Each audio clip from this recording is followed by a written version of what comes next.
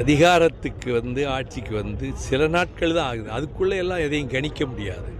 ஒரு 6 மாதம் செல்லட்டும். அதற்கு பிறகுதான் இந்த அமைந்திருக்கிற அரசு எவ்விதம் இயங்குகிறது என்று கருத்துக்களை தெரிவிக்க இயலும்.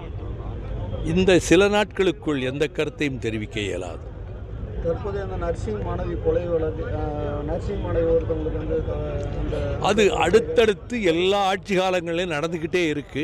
இதுக்கு முற்றுப்புள்ளி வைக்கணும்னா நீதிமன்றங்கள் இந்த குற்றஞ்சாட்டப்பட்டு கூண்டிலே நிறுத்தப்படுகிற அந்த கயவர்களுக்கு பிணை விடுதலை கொடுக்கவே கூடாது. சில நிகழ்ச்சிகளை கேட்டபோது நான் நேராகவே போய் பார்த்துருக்கிறேன். இந்த பிணை விடுதலை வந்தான் திரும்பவும் அந்த சின்ன பிள்ளைகளை, பெண் பிள்ளைகளை நாசப்படுத்தி கொலை செய்கிறான். அவன் எப்படி ஜாமீனில் வந்தான்? ஆகவே நீதிமன்றங்கள் இப்படிப்பட்ட குற்றஞ்சாட்டப்பட்ட கயவர்களுக்கு பிணை விடுதலை கொடுக்கவே கூடாது. தமிழக அரசு ஒரு சட்டம் இயற்ற முன்வர வேண்டும். இந்த பாலியல் வன்கொடுமை செய்து இந்த சின்னஞ்சிறு சிறுமிகளை உட்பட பெண்களை படுபயங்கரமாக நாசமாக்கி கொலை செய்கின்ற கொடியவர்களுக்கு வாழ்நாள் முழுவதும் சிறை என்றுதான் தண்டனை இருக்க வேண்டும். 10 வருஷமோ 15 வருடமோ என்று சொல்லி ஆயுள் தண்டனை என்று சொல்லிவிட்டு 10 வருடத்திலே விடுதலை செய்வதெல்லாம் இருக்கக்கூடாது. லைஃப் லாங் பிரிசன், வாழ்நாள் முழுவதும் அவர்களுக்கு சிறை என்ற விதத்தில் சட்டம் இயற்ற வேண்டும் இந்த மாநில அரசு.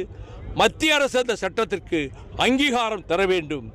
இதன் மூலமாகத்தான் ஓரளவு அச்சத்தை, பயத்தை உண்டு பண்ணி இந்த கொடிய மிருகங்கள் மனித சமுதாயத்திலே நடமாட தகுதியற்ற விலங்கினும் கொடிய அந்த மிருகங்களுக்கு அப்பொழுதுதான் நாம் பாடம் கற்பிக்க முடியும் என்பது என்னுடைய கருத்தாகும். கனிமூலம் குறித்து இப்போ அனிதா ராதாகிருஷ்ணன் அவங்க ஒரு பேட்டியில் அங்கே நெல்லையில் வச்சு கொடுக்கும்போது பேட்டி சொல்லியிருக்காங்க. அது இப்போ வைரல் ஆகிட்டு இருக்கு. தொடர்ந்து இந்த மாதிரியான ஒரு கருத்தை எனக்கு தெரியாது. எனக்கு இது பற்றி தெரியாது. தெரியாத விஷயத்தில் நான் கருத்து சொல்ல முடியாது. கனிமொழி மேடம் வரக்கூடிய காலங்களில் கூட்டணி பற்றி சிந்திக்கும் நேரம் வந்துவிட்டுன்னு சொல்றாங்க. என்ன சொல்லியிருக்காங்க அவங்க? அப்படியே சொல்லுங்க. அவங்க என்ன வார்த்தைகளை சொன்னாங்களோ அதை சொல்லுங்க. நீங்களா ஒரு வார்த்தையை சொல்லக்கூடாது. சகோதரி கனிமொழி என்ன சொன்னார்கள் என்பதை அந்த வார்த்தைகளை அப்படியே சொல்லுங்கள். நீங்களா ஒரு கருத்தை சொல்லக்கூடாது. இனி வரும் காலங்களில் கூட்டணி பற்றி சிந்திக்கும் அப்படி சொல்லல. அவ என்ன சொன்னான்னு சொல்லுங்க, நான் பதில் சொல்றேன். அதே நீங்க சொல்லலையே. அந்த சகோதரி சொன்ன வார்த்தைகளையே நீங்க சொல்ல தயாராக இல்லாம நீங்களா ஒரு கருத்தை சொல்றீங்க. அவங்க சொன்ன வார்த்தைகளை நான் டிவியில வரிகள் ஓடிக்கிட்டே இருக்கு, நான் கேட்டேன் அவங்க என்ன சொன்னாங்க.